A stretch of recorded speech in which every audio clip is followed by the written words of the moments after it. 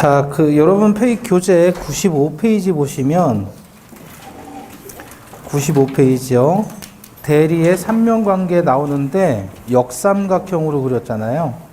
저는 정삼각형으로 그리니까 알아서 보시면 되겠고요. 넘겨보시고 96페이지 보십니다. 자, 이제 대리권의 문제로 갈 거예요. 대리권의 문제. 96페이지. 거기 앞에 있는 서론적인 내용들은 그다지 중요한 거 아니까 한번 보시면 되고요. 다 이제 얘기하면서 강론에서 얘기할 겁니다. 자, 먼저 대리권의 발생 원인인데, 대리권의 발생 원인이요. 여기 칠판 보세요, 먼저. 대리권의 발생 원인에 따라서 임의 대리와 법정 대리로 나옵니다. 나뉘어요. 여기 보시면 임의 대리는 본인 마음대로, 본인 마음대로 권한을 주는 거예요. 그걸 수권행위다 그래요. 다시 말하면 본인이 대리인에게 일을 시키는 겁니다. 자기 마음대로 너 이거 해라 라고 수권을 하는 거예요. 이 수권이라는 건 뭐냐면 수가 두 가지가 있다 그랬죠? 이런 수다 있고 이런 수도 있어요. 그죠? 요거는 무슨 뜻이에요? 예? 받을 수. 얘가 손이고 얘도 손이라 그랬잖아요. 두 손으로 받는 거예요. 그죠? 그럼 받을 수 두 손으로 받는데 요 손이 또 하나 있으면 요건 주는 손이잖아요. 그래서 줄 수. 그러면 수권이다 라고 했을 때 이거는 줄 수예요, 받을 수예요? 자, 임의 대리는 누구 임의로 하는 거잖아요. 누구 임의로? 그 본인 임의로 대리권을 주는 거란 말이죠. 본인 마음대로 대리권을 주는 거니까 뭐죠? 줄 수가 되죠. 권한을 주는 행위. 근데 반면에 법정 대리라는 것은 법이 정해서 대리권이 발생하는 게 법정 대리예요.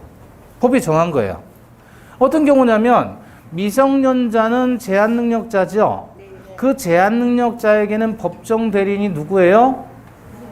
부모가 있잖아요. 부 앤드 모. 앤드예요. 부 또는 모가 아니라 부와 모예요. 그 사람들을 우리는 법정 대리인이라고 하고 그들을 뭐라고 표현합니까? 부모를 친권자라고 누가 정했어요? 민법에서 정한 거예요. 그래서 대리권이 법에 의해서 정해졌느냐 아니면 본인이 수권을 통해서 정하느냐에 따라서 대리는 어떻게 나눈다? 임의 대리와 법정 대리로 나뉘게 된다. 대리권의 발생 원인이. 따라서 법정 대리와 임의 대리권은 수권 행위 유무에 따른 차이이다. OX. 다시 임의 대리와 법정 대리는 수권 행위 유무에 따른 구별이다. OX. O죠, O. 이 수권 행위가 있고 수권 행위가 없단 말이에요. 이해되셔요? 네. 자, 그럼 봐봐요. 지금 누구죠? 갈사장이에요, 갈사장. 갈비집 사장님. 앞으로 갈사장이에요. 네. 그럼 누구예요? 주방장이 있어요. 그럼 갈비집 사장님이 주방장에게 둘이서 무슨 계약을 했냐면 고용계약을 했어요. 그러니까 고용계약을 통해서 얘가 사용자, 피용자, 사용을 당하는 근로자가 돼서 월급 받고 일하기로 한 거 아니에요? 네. 그죠? 고용계약이 되어 있는 상태에서 갈사장이 뭐라 그랬냐면 고기사 그랬어요. 고기사. 무슨 말이냐면 얘는 이제 요리만 하면 됐는데 그전에는 이제 고깃집 사장한테 가가지고 얘가 고기를 사다가 갖다 놓으면 얘가 요리를 했단 말이에요. 그런데 이제는 얘를 믿으니까 앞으로는 당신이 가서 고깃집 가서 고기를 사라. 앞으로 어떤 고기를 살지 얼만큼을 살지는 다 네가 결정해라. 그래서 고기 사라고 뭘 한 거예요? 권한을 준 거예요. 원래는 자기가 해야 되는데 이제 얘가 믿음이 가고 직접 얘가 당사자가 얘가 요리를 하고 해야 되니까 필요한 만큼 네가 알아서 사라 그러는 거예요. 그럼 고기 사라고 시키는 건 이건 뭐예요? 이건 이게 바로 이거 수권행위예요. 그럼 여기서 고용계약을 뭐라고 하냐면 원인된 법률 관계라고 해요. 또는 기초적 내부 관계라고 해요. 그리고 고기사라는 건 이건 뭐란 말이에요? 이게 수권행위예요. 그러면 수권을 했을 때 고기사라고 이렇게 권한을 줬을 때 이게 수권행위인데 고용계약이 먼저예요? 수권이 먼저예요? 얘가 먼저였죠?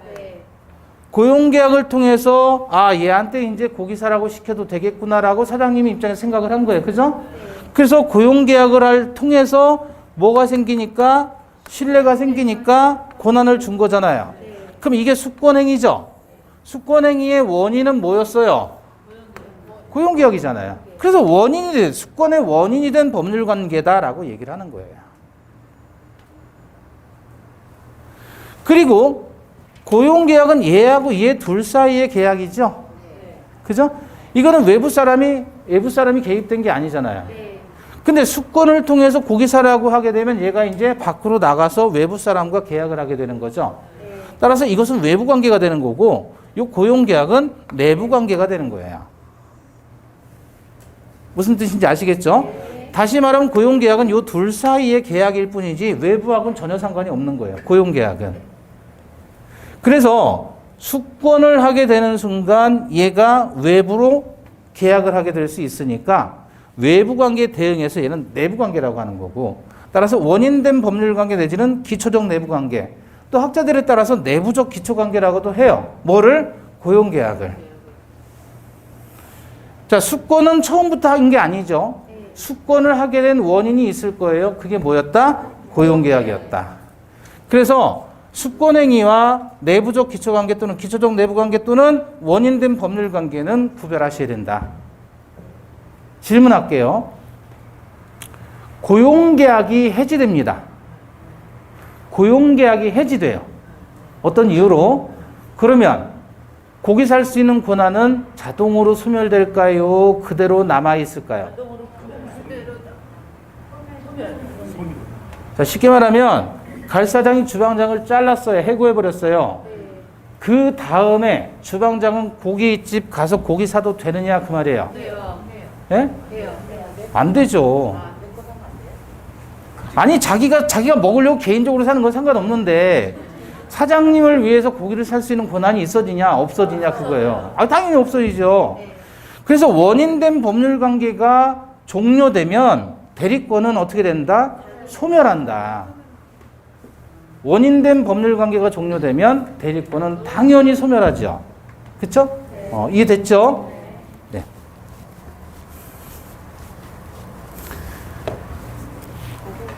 그래서 이 수권행위는 그럼 어떤 거냐면 지금 갈사장이 주방장이 일방적으로 고기 사라고 했죠? 단독행위일까요? 계약일까요? 계약? 고기 사. 근데 주방장이 싫은데요? 나 싫은데요? 그럼 어떻게 해요? 사장님은 내일부터 나오지 마. 그죠? 그 일방적으로 하는 거지. 이것을 무슨 동의를 받아요? 월급을 주는데 시키면 시킨 대로 해야지. 그죠? 따라서 이거는 단독행위이다 아니다? 단독행위다.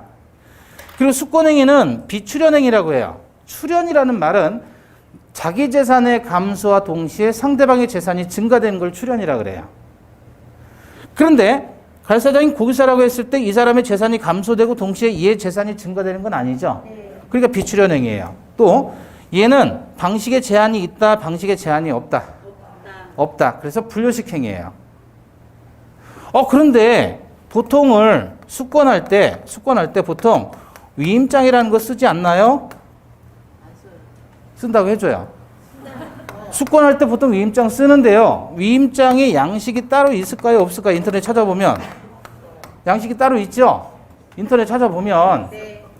양식이 있어요. 그래서 양식 다운받아가지고 거기다 이렇게 쓴단 말이에요. 예? 보통 이렇게 하는데, 그럼 이거는 방식이 있으니까 요식 아니니까? 요식? 아니에요. 이거는 편의상 양식을 만들어 놓고 위임장을 만들어 놓은 거지 100% 이렇게 하라는 법은 없는 거예요. 이렇게 안 해도 돼요.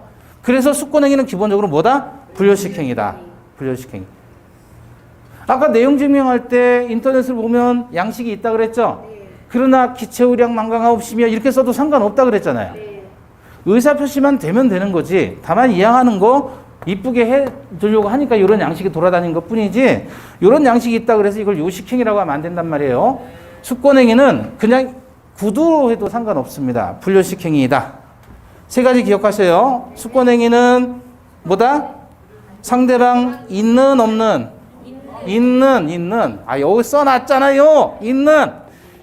얘 입장에서 얘가 상대방이잖아요. 그죠? 이게 상대방 있는 계약이에요, 단독행위예요? 단독행위. 일방적으로 하는 겁니다. 비출연행위고 불려식행위고. 아시겠죠? 자, 그러면 거기 96페이지 2번 보시면 대리권의 발생 원인, 그 위에 대리와 원인된 법률관계, 기초적 내부관계 나와 있죠? 그거 한번 읽어보시고요. 그 다음에 대리권의 발생 원인과 관련해서 1번 법정 대리권의 발생 원인은 법률 규정으로 발생한다. 그렇게만 이해하시면 돼요. 아무것도 기억하지 않으셔도 돼요. 또 오른쪽 양가로 2번 임의 대리권의 발생 원인은 뭐 때문에? 수권행위에 의해서 대리권이 발생하는데, 수권행위는 본인이 대리인에게 대리권을 수여하는 행위를 수권행위라고 하고, 수권행위 법적 성질, 대리권 수여는 대리인에게 대외적인 자격을 줄 뿐이고 권리나 의무를 취득 또는 부담시키는 것이 아니므로 대리인이 될 자의 승낙을 필요로 하지 않는 상대방의 수령을 요하는 단독행위다. 수권행위 뭐라고요? 단독행위. 수권행위 방식. 수권행위는 불요식 행위이므로 위임장이라는 서면뿐만 아니라 구두로도 가능하고 또한 명시, 묵시의 의사표시를 할 수 있다. 수권행위는 상대방 있는 단독행위, 비출연행위, 불요식 행위다. 이해되셨죠? 네. 자, 그 다음에 칠판 보시고 대리권의 범위입니다. 그 97페이지 나와 있는 대리권의 범위 관련해서 여기 보세요. 이제 임의 대리는 어디까지 대리인이 대리권을 행사할 수 있겠느냐 이거예요. 자, 우리 이런 거 한번 생각해 보실까요? 60일 지정 생존자라는 얘기 들어보셨어요? 영화 60일 지정 생존자. 아, 몰라요? 안 봤어요 이거? 어우, 되게 재밌었는데. 아주 저는 이거 보고 신선했어요. 60일 지정 생존자. 드라마도 나왔었어요. 드라마도 있었고, 영화인가 드라마 같은데? 드라마. 이게 원래 미국 드라마인데 우리나라에서 각색해가지고 만든 거예요. 근데 뭐냐면 소위 권한대행이라고 하는 거예요.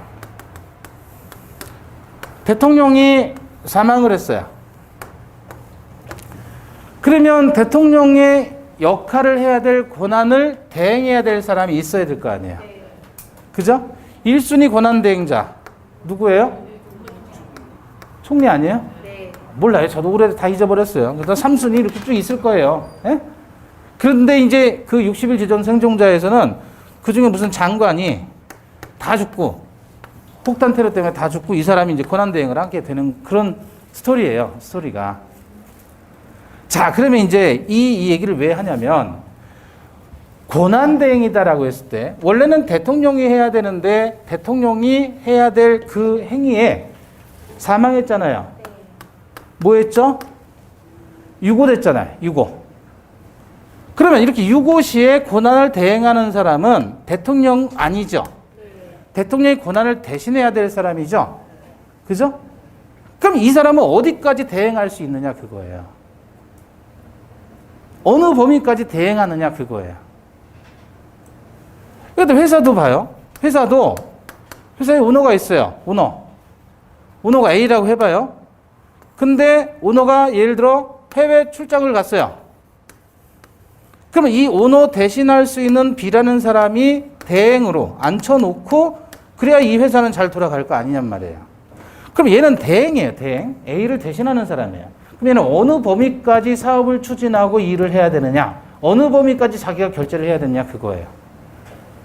이해되셨어요? 네. 자, 그러면 이 얘기를 왜 하는 거냐면 본인이 대리인에게 수권을 한단 말이에요.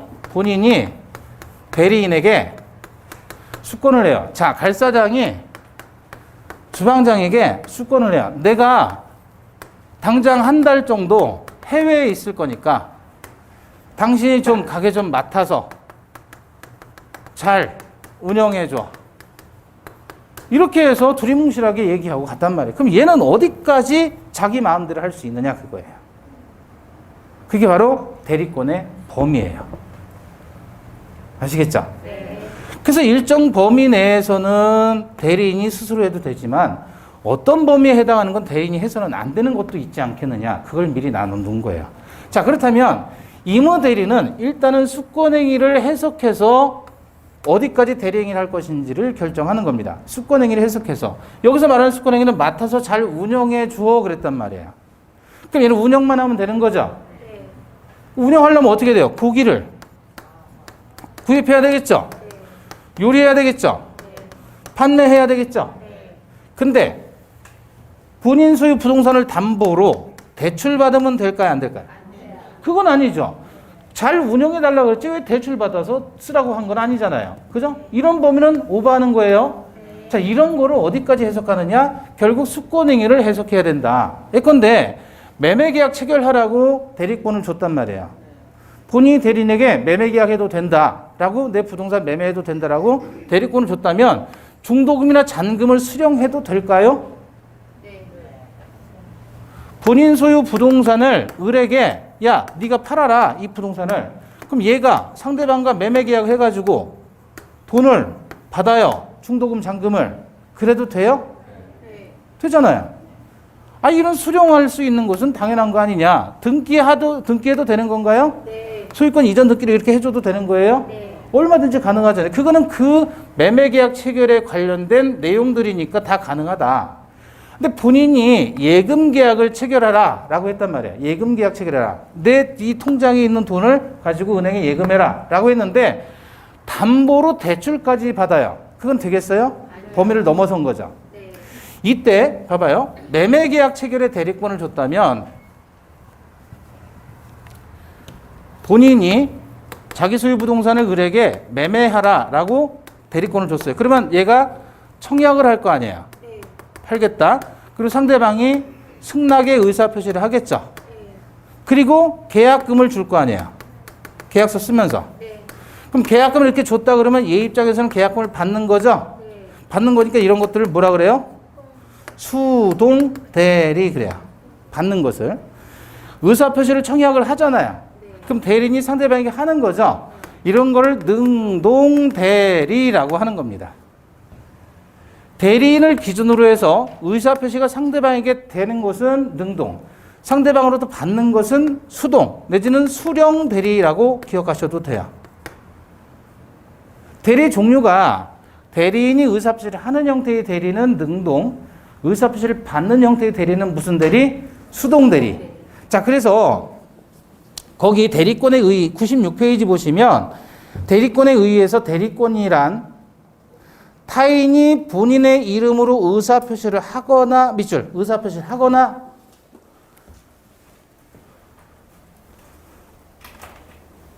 의사표시를 수령함으로써 그것도 밑줄 다른 거죠. 앞에 거는 의사표시를 하는 거고 뒤에 거는 의사표시를 수령하는 거죠. 그럼 의사표시를 하는 건 무슨 대리?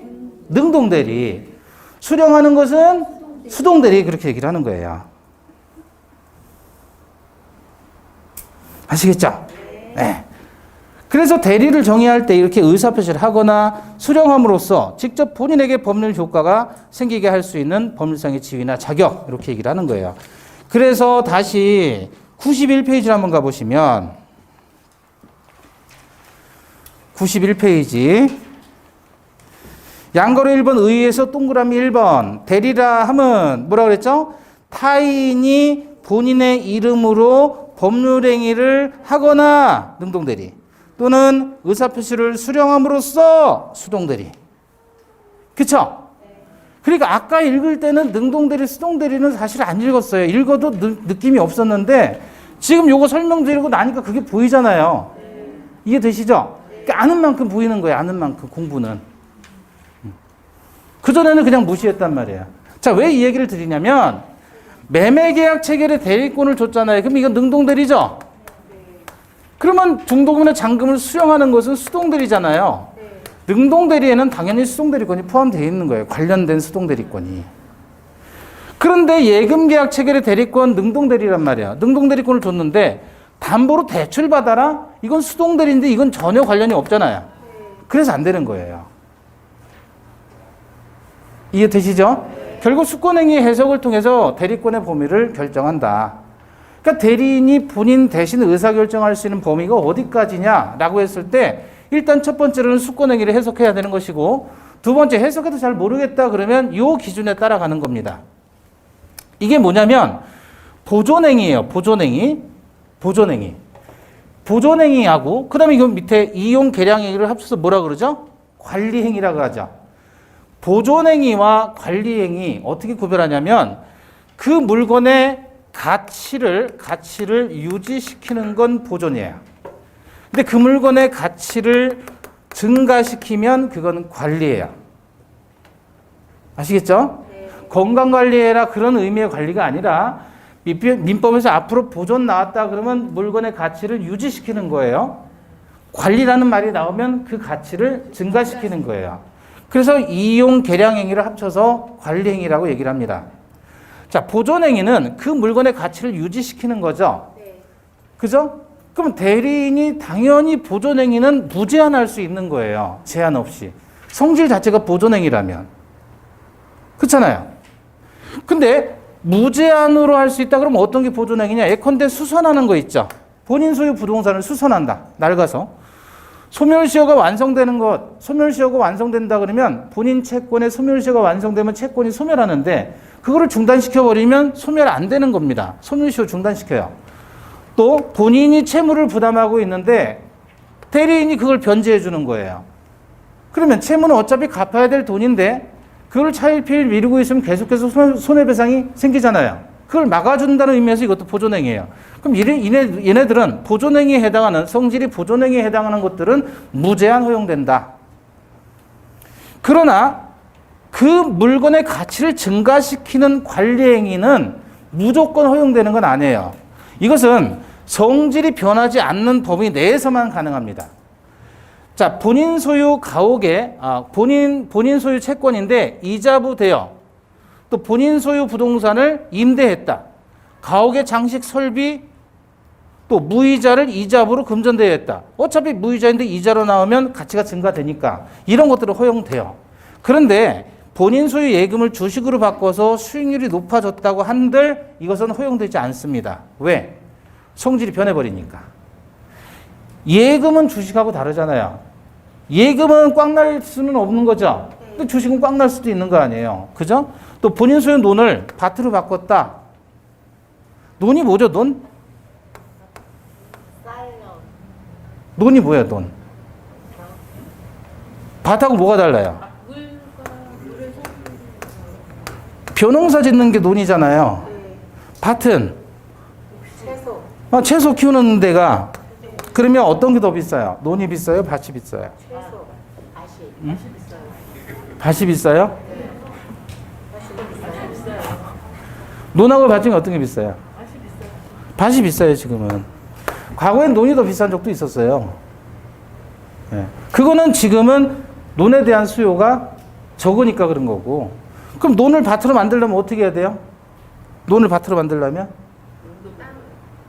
흙으로 메꿔야죠. 흙으로. 메꿔야죠. 논이 평당 예를 들어서, 한 평에 50만 원이다. 그럼 밭은 한 평에 100만 원이다. 예를 들어 이렇단 말이에요. 그러면 이 논을 사서 밭으로 바꾸면 100만 원 가치가 올라가잖아요. 그죠? 그럼 어떻게 바꾸냐면 여기다가 흙을 막 버가지고 단단하게 만들어야지 밭이 되는 거 아니겠어요? 그죠? 그 돈이 또 50만 원 들어가는 거예요. 사실은 그게 그거예요. 문제는 논을 밭으로 바꾸면 그 논의 성질 자체가 변하니까 설령 밭으로 되는 게 본인에게 이익이 되더라도 성질 자체가 변하니까 허용되지 않는다는 얘기예요. 요건을 정리하면 보존행위는 무제한 허용이 됩니다. 그리고 관리행위는 성질이 변하지 않는 범위 내에서만 허용이 돼요. 그럼 성질이 변해버린다. 어떤 경우예요? 예? 논밭 예금 주식이에요.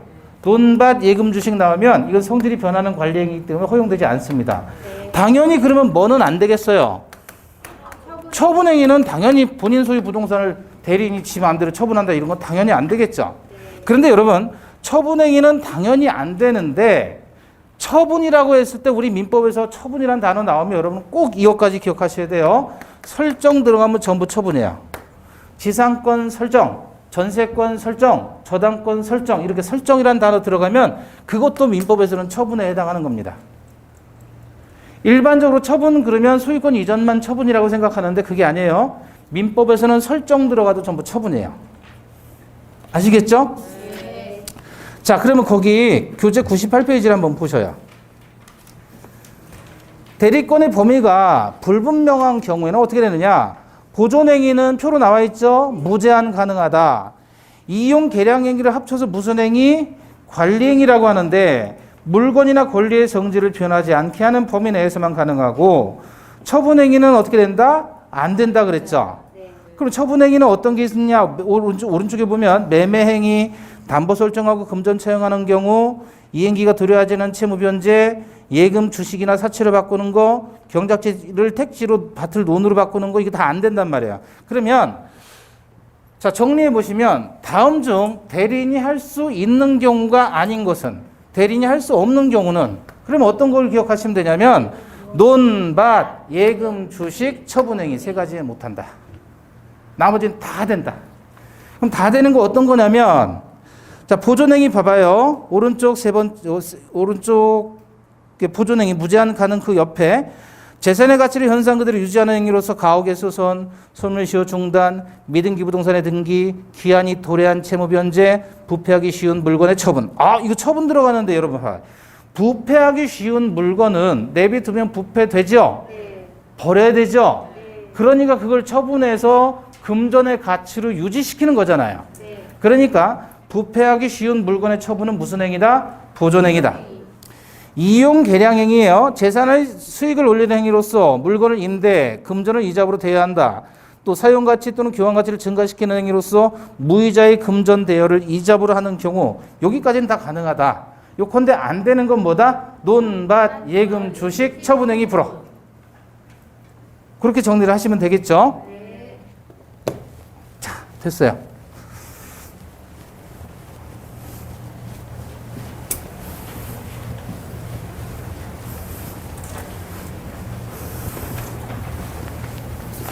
그러니까 이것만 기억하시면 되죠. 요거 논밭, 예금, 주식, 그리고 처분행위는 안 된다. 특히나 처분행위는 뭐가 들어간다? 설정 들어가면 전부 처분행위다. 얘네들은 대리인이 지 맘대로 해서는 안 된다. 그거죠. 정리가 되지요? 네. 예. 그 다음에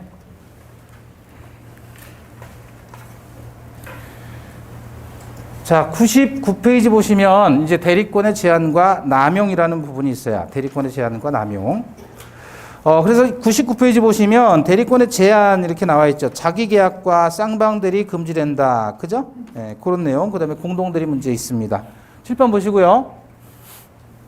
자, 자기계약 쌍방대리를 구별하지 못하는 경우가 너무 많아요. 지금 한 방에 이해를 해보셔요. 자, 지금 A 법인이 있습니다. A 법인. 기업이에요. A 법인. 얘가 매수인이고 갑이라는 사람이 매도인이에요. 매도인은 갑이고 매수인은 법인이에요. 그죠? 근데 갑이 매수인의 대리인이 되어서 갑이 이렇게 매수인의 대리인, A라는 법인의 대리인이 되어서 자기는 매도인이면서 한편으로 회사의 대표예요. 대표. 그래서 돈을 받고 그림을 팔아요. 그러면 지금 얘가 지가 그림을 그려서 파는데 사는 사람이 누구? A 법인이에요. A 법인. 근데 A 법인의 대표자는 누구예요? 자기예요, 자기. 예? 네? 그 지가 그림 그려놓고 회사에다 팔고 회사의 대표자로서 자기가 사인하는 거예요. 사겠다고. 자, 그러면 매매계약서 보는데 매도인은 누구죠? 갑이죠. 매수인은 A예요, A. 매수인은 A인데 자기가 대리인이 되는 거예요. 그럼 결국 지가 매도인이고 지가 매수인의 대리인이 되어서 도장을 찍는 거예요. 그림 한 장에 1억씩. 예? 네. 예전에 누가 그런 거 했잖아요. 네. 그래서 지가 사진 찍어 놓고 회사가 사고 자기는 그 그림값 저 사진값 받고 네. 그 도망다니다 죽었잖아요. 세월호. 네. 그런 짓에서 비자금 만든 거 아니에요. 에? 자기 계약해서. 자기가 매도인이고 자기 회사가 매수인인데 자기는 그 회사의 대표자란 말이에요. 대리인으로서 자기가 사는 거예요. 지가 팔고 지가 사고. 지 혼자 북치고 장구치고 하는 거예요. 이걸 뭐라 그래요? 자기 계약이에요. 자, 그럼 이분 두 번째 이거 봐봐요. 쌍방대리인데 쌍방대리는 느낌상 대리를 양쪽을 다 대리한다 그거잖아요. 혼자서. 자, 갑이고 매도인이에요. 을은 매수인. 그런데 A가 대리인이에요. 누구의 대리냐면 매도인의 대리인이고 매수인의 대리인이에요. 지가 양쪽을 다 대리하는 거예요. 역시 지 혼자 붙이고 장구 치는 거예요. 그럼 계약서에 매도인은 어떻게 돼요? 등기 신청한다 그러면 매도인 갑의 대리인 A, 매수인 을의 대리인 A. 지가 혼자 다 하는 거예요. 양쪽을. 요게 뭐예요? 쌍방 대리. 그럼 얘하고 얘는 뭐가 달라요? 매도와 매수를 같이 같은 사람. 뭐가 달라요? 그렇죠. 이거 양쪽 대리하는 거예요. 양쪽 대리. 양쪽을 다 대리하는 건데 여기는 한쪽만 대리하는 거야. 한쪽만. 아이 왜 안 써져? 한쪽만 대리하는 거예요. 여기는 대리할 필요가 없죠. 자기 자신인데. 구별이 되겠어요? 네. 구별 안 돼요? 그러니까 법인은 이 사람하고 별개의 사람입니다. 법인은 대리인하고 별개의 사람인 거예요. 그래서 왜 이런 거 많이 있어요. 이렇게 해서 비자금 만드는 경우도 많아요. 예? 또 법인이 별개니까 A라는 사람이 B 회사를 만들어요. 그 B 회사의 대표예요, 이제 대표. 누가? A가 회사의 대표예요. 지가 만든 회사예요. 예? 그 회사 명의로 C은행에서 돈을 융자를 받아요. 대출을 받아요. 10억 원을 예를 들어서. 그럼 지가 다 갖다 쓰는 거예요, 이제. 그러면 회사에서 돈이 없잖아요, 이제 돈이. 얘가 다 갖다 썼으니까. 그 회사는 뭐예요? 파산하는 거예요. 얘는 그거 가지고 잘 먹고 잘 사는 거예요. 그러다가 또 D라는 회사 만들고 D 회사 이름으로 또 대출 받고 또 홀랑이 먹고. 어때요? 얘는 책임 안 지는 거예요. 별개니까. 대리인이지만 회사하고는 별개잖아요. 근데 사실상 지가 다 해쳐먹는 거잖아요. 이게 자기 계약이니까. 자, 근데 이거는 자기 계약과 쌍방대리는 원칙적으로 금지가 됩니다. 원칙적으로 금지가 돼요. 왜 그러냐면 요렇게 계약을 했을 때 가장 피해보는 사람은 누구예요? 가장 피해보는, 여기 두 사람밖에 안 나와요. 가장 피해보는 사람 누구예요? A 법인이 제일 피해를 볼 거 아니에요? 그죠? 그러니까 자기 계약과 쌍방대리를 원칙적으로 금지시킵니다. 왜? 왜냐하면 본인의 이익을 해롭게 하기 때문에 허용되어서는 안 되는 거예요. 자기 계약과 쌍방대리는. 특히나 이 경우 한번 보세요. 이게 매도인 매수인이 아니라 원고고 이게 피고고 얘가 변호사라고 해봐요. 그래서 원고가 피고에게 대여금 1억 원의 반환 청구 소송을 했어요. 반환 청구 소송을 했다. 자, 판사가 이제 딱 있는데 원고 변호인 변론하세요. 그랬더니 원고를 대리해서 본 변호인은 피고에게 1억 원의 반환을 청구합니다. 그랬어요. 그랬더니 피고 변호인 답변하세요. 그랬더니 원고가 여기서 펄떡 일어났더니 변호사가 일로 막 뛰어와요. 피고를 대리해서 1억 원 다 못 드리겠다고 요청합니다. 그러는 거예요. 그러니까 이쪽이 또 막 뛰어오더니 그러면 5천만 원에 합의 봅시다. 이쪽으로 딱 오더니 그러시다. 그리고 여기서 끝내버리면 되겠어요? 안 되겠어요? 안 돼요. 안 되죠. 이건 둘 다 본인의 이익을 해롭게 하는 거잖아요. 얘 혼자서 지가 북치고 장구치고 한다 그러면 본인을 위해서 하겠어요? 자기를 위해서 하겠어요? 자기를 위해서 하는 거지.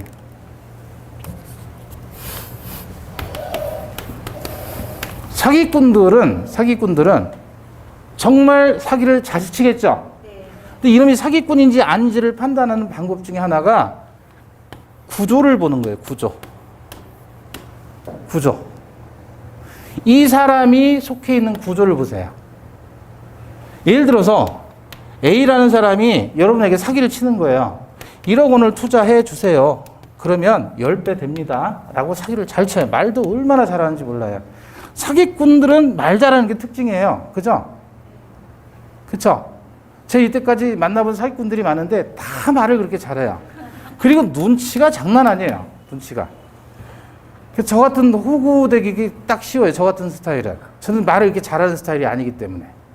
제가 말 잘하는 사람은 싫어해요. 저는 말을 잘 못해요. 강의는 민법이니까 하는 거지. 근데 이 사람이 예를 들어 이렇게 얘기를 했다. 말도 엄청나게 잘하고 뭐 이렇게 잘해. 근데 이 사람이 살아온 인생을 한번 보세요. 과거에 뭐 했는지. 그리고 현재 뭐 하고 사는 사람인지. 그럼 답이 딱 나오는 거예요. 그죠? 구조를 보는 거예요, 구조. 여기도 마찬가지 구조를 보는 거예요, 지금. 이 구조가 과연 갑에게 유리한 구조인지 본인에게 유리한 구조인지. 구조 자체가 그렇게 되어 있잖아요. 본인에게 불리한 구조란 말이에요. 그래서 본인의 이익을 해롭게 하기 때문에 자기 계약과 쌍방대리는 아무리 대리인이라도 해서는 안 된다라고 금지시키는 겁니다. 구조 자체가 본인을 위하는 구조가 아니에요. 그럼 원칙적으로 따라서 자기 계약과 쌍방대리는 금지된다고요? 허용된다고요? 예? 금지된다고요. 금지된다. 그래, 금지되는데 예외적으로 허용되는 사례가 있겠죠. 어떤 경우냐면 본인의 허락이 있거나 또는 채무의 이행이에요. 이 채무는 다툼이 없는 채무 이행이에요. 다툼이 없는 채무 이행. 대표적으로 그게 바로 이거예요. 등기 신청하는 것은 다툼이 없는 채무 이행이잖아요. 그죠? 이거는 자기계약 쌍방들이 허용됩니다. 예컨대 이 갑이라는 사람이 얘가 법무사예요. 법무사. 갑이 법무사예요. 그럼 법무사도 지가 집 할 수 있나요? 네. 그죠? 그럼 상대방의 대리인이 될 수도 있는 거 아니에요. 자기가.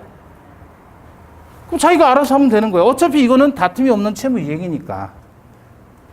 그래서 법무사들이 등기 신청할 때 양쪽을 다 대리해서 등기 신청해 주잖아요. 어차피 그건 등기 해줘야 되는 거니까 다툼이 없는 거잖아요. 그래서 그런 것들은 허용이 됩니다. 그래서 본인이 허락을 하거나 다툼이 없는 채무 이행, 요 두 가지는 예외적으로 자기계약과 쌍방들이 허용되는 경우예요. 그러면 법무사들이 등기 신청할 때 등기 신청서에서 제출할 때 첨부하는 서류들이 많아요? 서류가 적어요? 많잖아요. 네. 이만큼씩 막 첨부한단 말이에요. 어떨 때 이만큼도 되고. 그죠? 그 서류를 다 들고 다니면 허리가 아파요? 안 아파요? 허리가 아파요. 허리 아픈 법무사예요. 허리 아픈 법무사. 법무사들의 주 수익이 뭐죠? 등기 신청 사건이죠? 그런데 등기 신청을 여러분들이 부동산을 통해서 이렇게 하는 것도 그 돈이 되겠지만 그건 주 수입이 되질 않아요. 어떤 거냐면 대단지 아파트 분양할 때 4,000세대, 5,000세대 이렇게 만세대 이렇게 분양하잖아요. 그거 왕창 가져오면 대박 치는 거예요. 법무사는. 그러니까 변호사들이 막 여기 같이 들어가는 거예요. 변호사는 일이 없잖아요.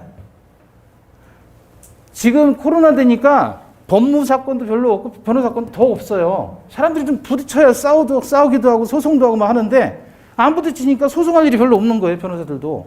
그러니까 얘들이 법무사 쪽의 영역을 자꾸 침범을 해요. 등기 사건을 자기들이 맡아요. 등기 사건을. 근데 법무사는 협회에 가입돼 있어가지고 등기를 이렇게 뭐 대규모 단지 분양 같은 거 할 때 법무사들은 자기들 협회의 규정을 받아가지고 한 건당 예를 들어서 뭐 10만 원 미만은 안 된다 이렇게 규정을 받거든요. 변호사는 덤핑 치고 들어가요. 한 건당 5만 원씩 해가지고. 얘들은 법무사협회 규제를 안 받으니까. 그래서 이게 막 문제예요. 밖으로 싸움이 많이 나요. 등기와 관련해서.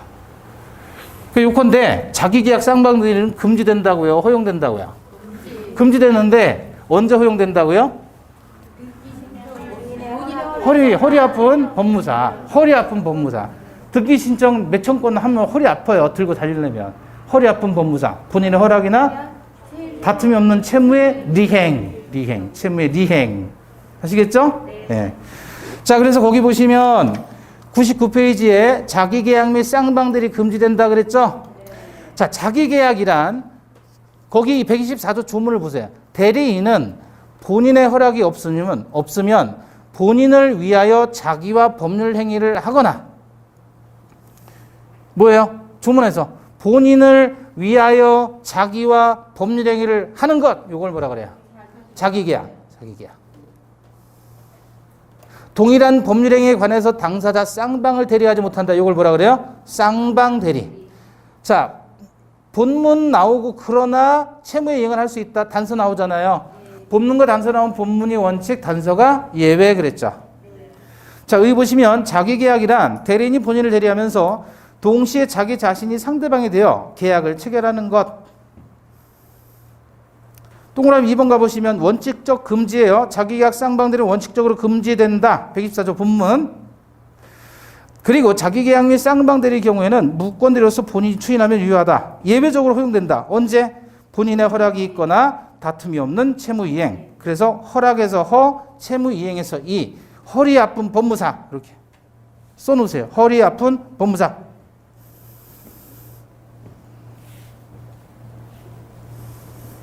허리 아픈 법무사예요. 자, 칠판 다시 보시고 원칙은 금지되고 예외적으로 허용된다 그랬습니다. 그래서 언제 허용된다? 본인의 허락이나 다툼이 없는 채무이행. 그래서 요거 따가지고 허리 아픈 법무사. 원칙은 금지예요. 자, 그 다음에 공동대리입니다. 그 밑에 나와 있죠. 119조 한번 읽어볼까요? 대리인이 수인이 때에는 각자가 본인을 대리한다. 그러나 법률 또는 수권 행위에 따른 정황과 예는 정하지 아니하다. 그죠? 칠판 보시고. 자, 여기 봐봐요. 대리인이 여럿일 때에는 각자가 본인을 대리한다. 그리고 단서 나왔잖아요. 그럼 여기까지가 본문이고 여기부터는 단서죠. 그죠? 그럼 대리인이 수인이 있다 그랬을 때 수인은 다른 말로 무슨 뜻이에요? 예? 여러 명 있다. 그죠? 유명 정치인들 변호 법률 사건 공방 터지잖아요. 그럼 변호인 단을 구성하죠? 네. 변호인 구성하는 게 아니고 변호인 단을 구성해요. 변호사 한 사람만 하는 게 아니고 변호사가 수십 명이 돼요. 네. 예? 이재명 사건만 해도 변호사 40명이었다면서요.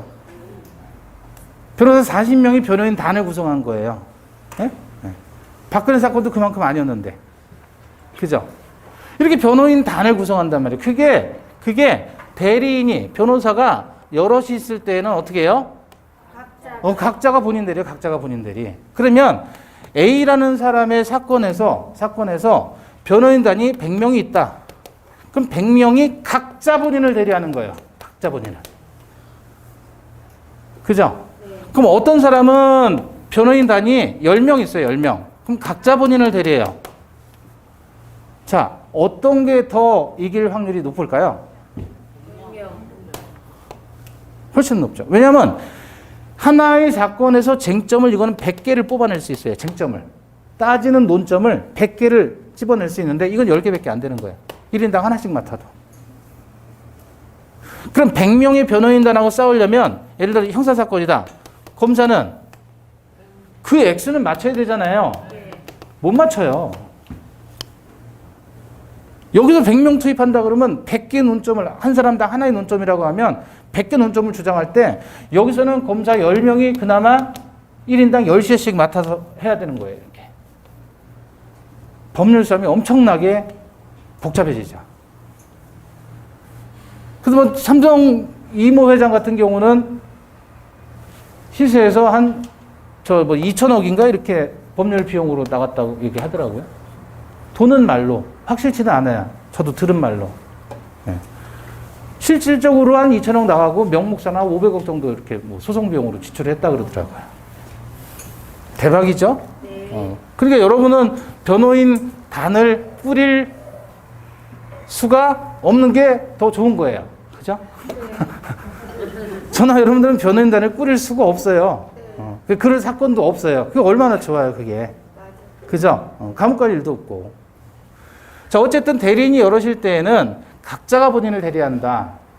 그러니까 이걸 가지고 문제를 낼 때는요, 대리인이 수인인 경우에는 공동으로 대리하여야 한다. 라고 하면 XX. 왜? 원칙이잖아요. 여기까지가 원칙, 이해 예외.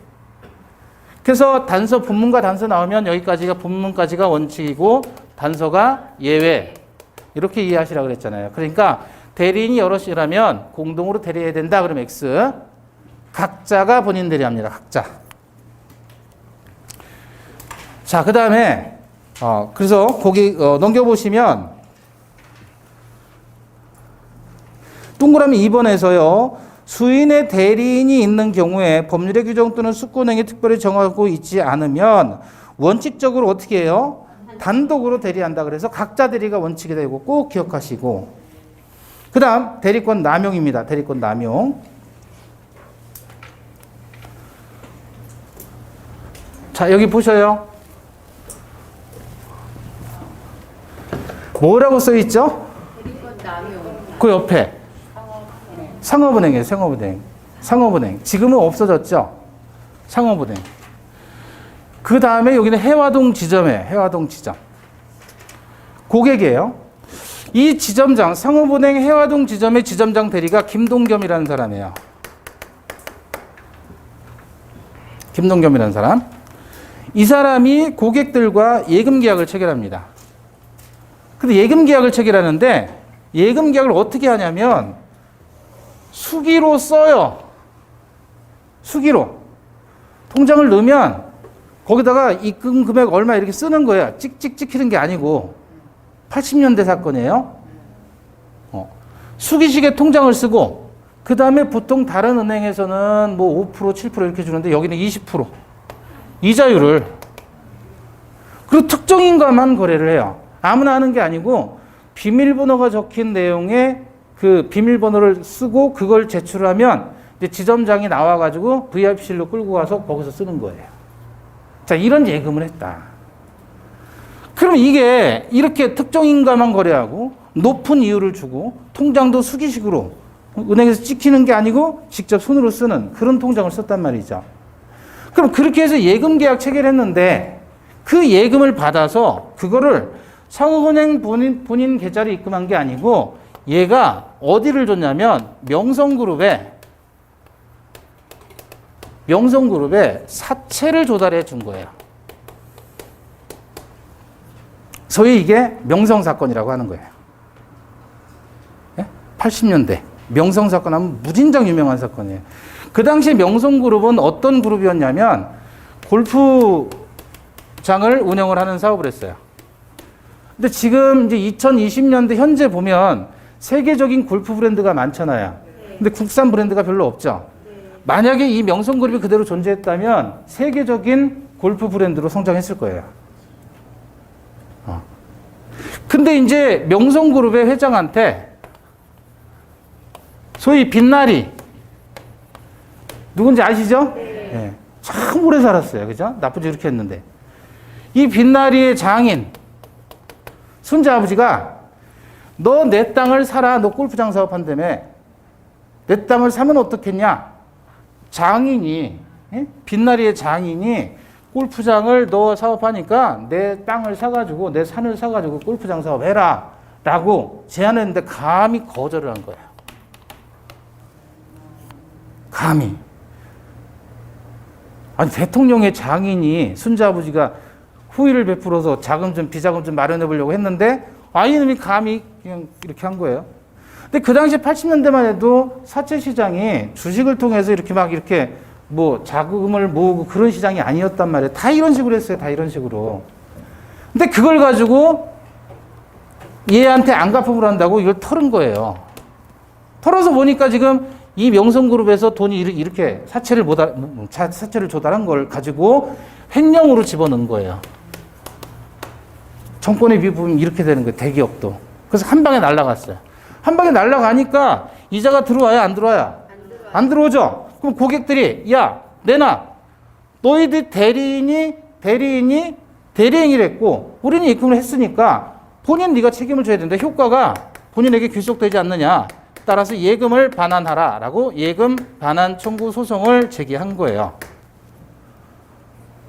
이해되셨어요? 근데 내막은 사실 이랬다. 내막은.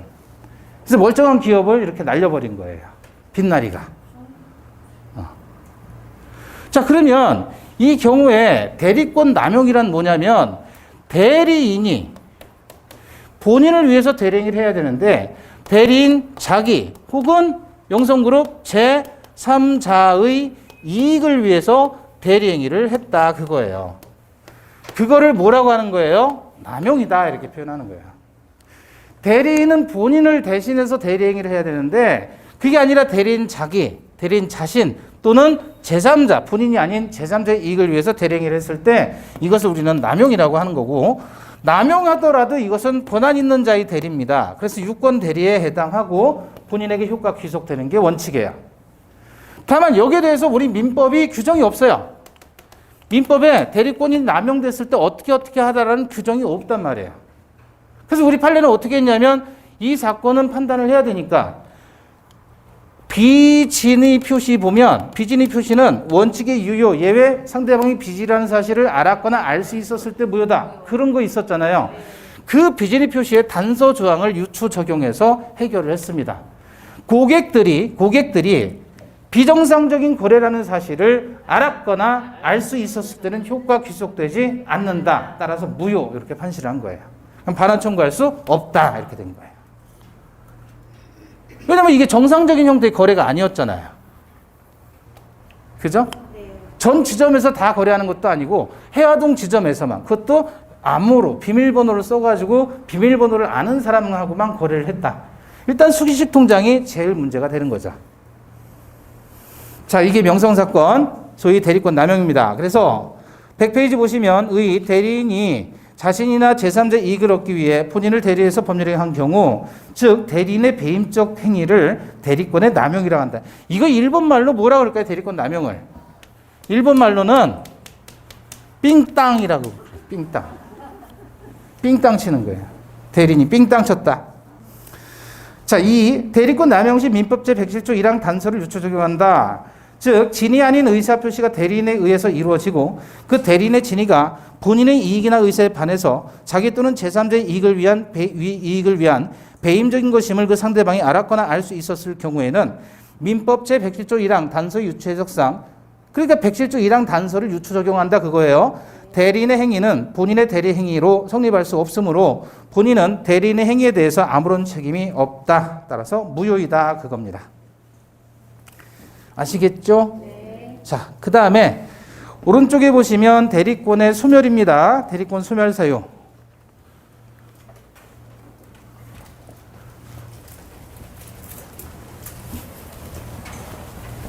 중간에 끊긴 뭐하니까 대리권 소멸까지 가죠. 그래서 결국 우리 판례는 107조 1항 단서를 유추 적용해서 상대방이 알았거나 알 수 있었을 때는 무효이다 이렇게 판시를 했습니다. 대리권 소멸. 대리권 소멸 보시면 거기 101페이지에 나와 있죠. 127조에서 본인의 사망, 대리인의 사망, 성년 의견 개시 또는 파산. 그리고 128조 보시면 법률행위에 의해서 수여된 대리권은 전조의 경우 외에 전조, 즉 128조에서 전조니까 127조죠. 127조 외에 원인된 법률관계 종료에 의해서 소멸한다. 법률관계 종료 전에 본인이 수권행위를 철회한 경우에도 같다. 그래서 여기 보세요. 사파성사 원수 해봐요. 사파성사 원수. 사파성사 원수. 자, 사는 사망이에요. 파는 파산. 성은 성년, 후견, 개시. 사는 사망이에요. 사망. 원은 원인된 법률관계의 종료. 아까 우리 원인된 법률관계 고용계약이라고 그랬죠? 네. 해고한 거예요. 해고하면 대리권 소멸하잖아요. 수는 수권행위에 철회 그래요. 철회. 수권행위의 철회. 그래서 앞글 잡다서 사파성사 원수. 그래서 사파성사 원수. 자, 7번 보셔요. 그런데 사파성사 요거는 법정대리 임의대리의 공통의 소멸 원인이에요. 법정대리 임의대리의 공통의 소멸 원인. 원수 그러면 요건 임의대리에만 특별히 있는 특유한 소멸 원인이에요. 원수는 원인된 법률관계의 종류와 수권행위 철회는 임의대리에만 있는 특별히 있는 소멸 원인. 그럼 다시 질문. 임의대리권의 소멸 원인은 총 몇 개일까요? 6개죠. 6개. 왜냐하면 사파성사는 공통이라 그랬잖아요. 임의대리, 법정대리 공통. 그러니까 임의대리권의 소멸 원인은 6개가 되는 거예요. 어렵지 않잖아요. 그죠? 예? 예. 자, 일단 사파성사에서 끊어서 여기까지는 법정대리, 임의대리 공통의 소멸 원인이고 원수는 임의대리에만 있는 특유한 소멸 원인이에요. 그래서 공통의 원인, 임의대리의 특유한 원인. 그리고 여기서 사파성사 나오잖아요. 그죠? 사파성사 나오죠? 사망이고 여기도 사망인데 누구냐면 대리인 본인이에요. 그래서 사망은 대리인의 사망도 되고 본인의 사망도 돼요. 대리인 세 글자니까 사파성 세 글자로 맞춰요. 대리인의 사망, 파산, 성년후견, 개시. 그럼 이제 본인 남았으니까 본인의 사망, 원수, 원인된 법률관계 종료, 수권행위, 철회. 전달이 됐어요? 사파성 사 나왔잖아요. 요 사가 반복되잖아요. 그러니까 앞에 사파성 세 글자, 대리인 세 글자. 그 자수로 맞추고 나머지 사는 본인. 그렇게 외울 수 있죠? 예, 됐습니다. 자, 오늘 여기까지고요. 여기까지고 핀출에서 아까 질문 나온 게 하나가 있었는데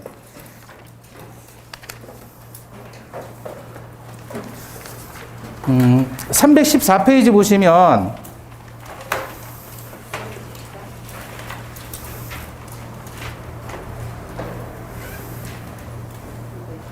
공장 사건 있잖아요. 공장. 네? 거기 3번에 315페이지 3번의 오답지문. 공장 건축이 불가능한 토지임을 쉽게 알 수 있었던 자가 공장 설립을 목적으로 토지를 매수했다면 중대한 과실에 해당한다 그랬잖아요. 그죠? 그죠? 근데 왼쪽에 1번 보시면 토지 전부를 경작할 수 있는 농지인 줄 알고 매수했는데 측량해 본 결과 절반의 면적이 하천이었다. 그죠? 이건 중요분에 관한 착오에 해당하잖아요. 근데 문제는 이거 중과실 아니냐 이렇게 물어보는 거예요.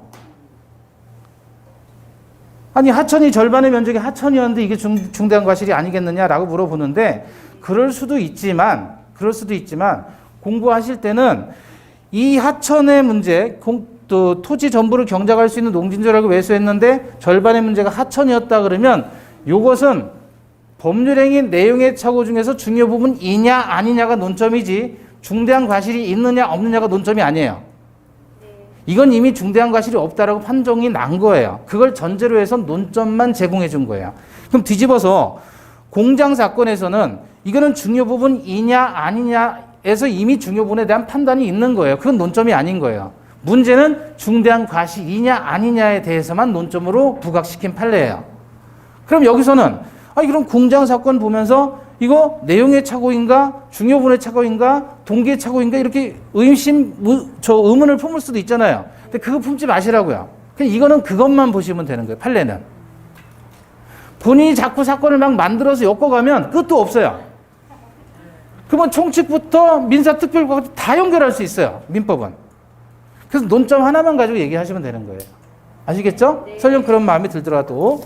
자, 그 다음에 시간이 됐으니까 오늘은 정리하는 대신에 문제 몇 개만 볼게요. 323페이지. 자, 1번 보시면 임의대리인이 본인 소유의 미등기 부동산의 보존 등기를 하기 위해서는 본인에 의한 특별 수권이 있어야 된다. 그래요? 아니요. 미등기 부동산의 보존 등기는 무슨 행위겠어요? 보존행위겠죠. 보존행위겠죠. 따라서 무제한 허용이 되는 것이니까 특별한 수권이 필요 없습니다. 그 밑에 대리권의 제한에서 1번 등기 신청행위에 쌍방대리는 허용됩니까? 안 됩니까? 예?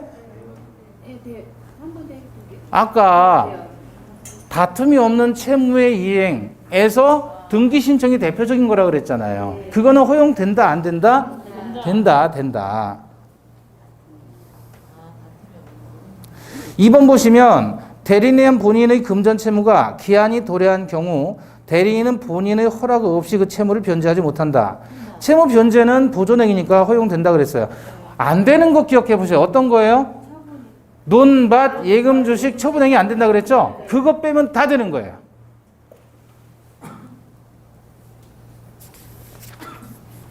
자, 그 다음에 넘겨보시고 대리권의 소멸에서 1번 본인의 사망, 성년 후 경계 시 파산은 대리권 소멸 사유다. 그래요? 사파성은 누구의 사파성이에요? 대리인의 사망, 파산, 성년 후 경계 시잖아요. 그죠? 근데 본인의 사망은 대리권 소멸 사유 맞지만 본인의 성년 후 경계 시 본인의 파산은 아니죠.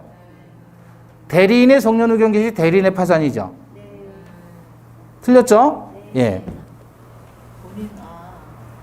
자, 2번. 수권행위 철회는 임의 대리권과 법정 대리권의 공통된 소멸 원인이다. 공통의 소멸 원인은 사파성사까지. 원수는 임의 대리에만 있는 소멸 원인이잖아요. 틀렸죠?